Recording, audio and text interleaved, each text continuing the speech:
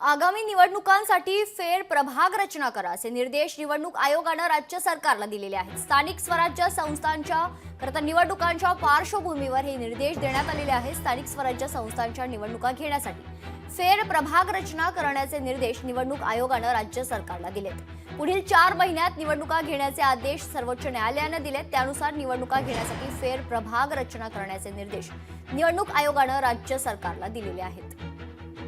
2022 ला ज्या वॉर्डाची रचना झालेली आहे त्याचाच अर्थ 2011 ची जनगणनाच गृहीत धरावी लागणार, नवीन काय याच्यात होईल असं मला वाटत नाही। म्हणून जी रचना 2022 ला होती, जे त्यावेळेस रिझर्वेशन होतं त्याप्रमाणे निवडणुका होतील।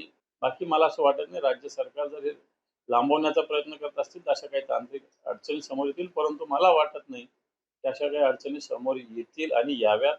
फक्त संभाजीनगर आणि नवी मुंबई या 2 महानगरपालिकेत एक सदस्य रचना होती, बाकी सगळीकडे बहुसदस्य रचना ऑलरेडी झालेली आहे। आता सुप्रीम कोर्टाने आदेश दिलेले आहेत, त्यावर निवडणूक विभाग जो आहे आयोग काम करतो आहे आणि त्याच्यावर जी काय प्रक्रिया आहे ती पूर्ण करण्याचं काम निवडणूक आयोगाच्या माध्यमातून आणि राज्य शासनाच्या माध्यमातून सुप्रीम कोर्टाचे जे डायरेक्शन्स आहेत त्याप्रमाणे त्याची अंमलबजावणी पुण्यामध्ये महायुतीचं जे आहे राष्ट्रवादीला 3 प्रभाग हवेत, शिवसेनेला 4, भाजपला 4, हेच मतभेद आहे। नाही, आता सुप्रीम कोर्टाचे आदेश आहेत की 2022 पूर्वीची जी परिस्थिती आहे त्याप्रमाणे निवडणुका झाल्या पाहिजे, त्याप्रमाणे जे काय आदेश आहेत सुप्रीम कोर्टाचे ते पालन केले जाते।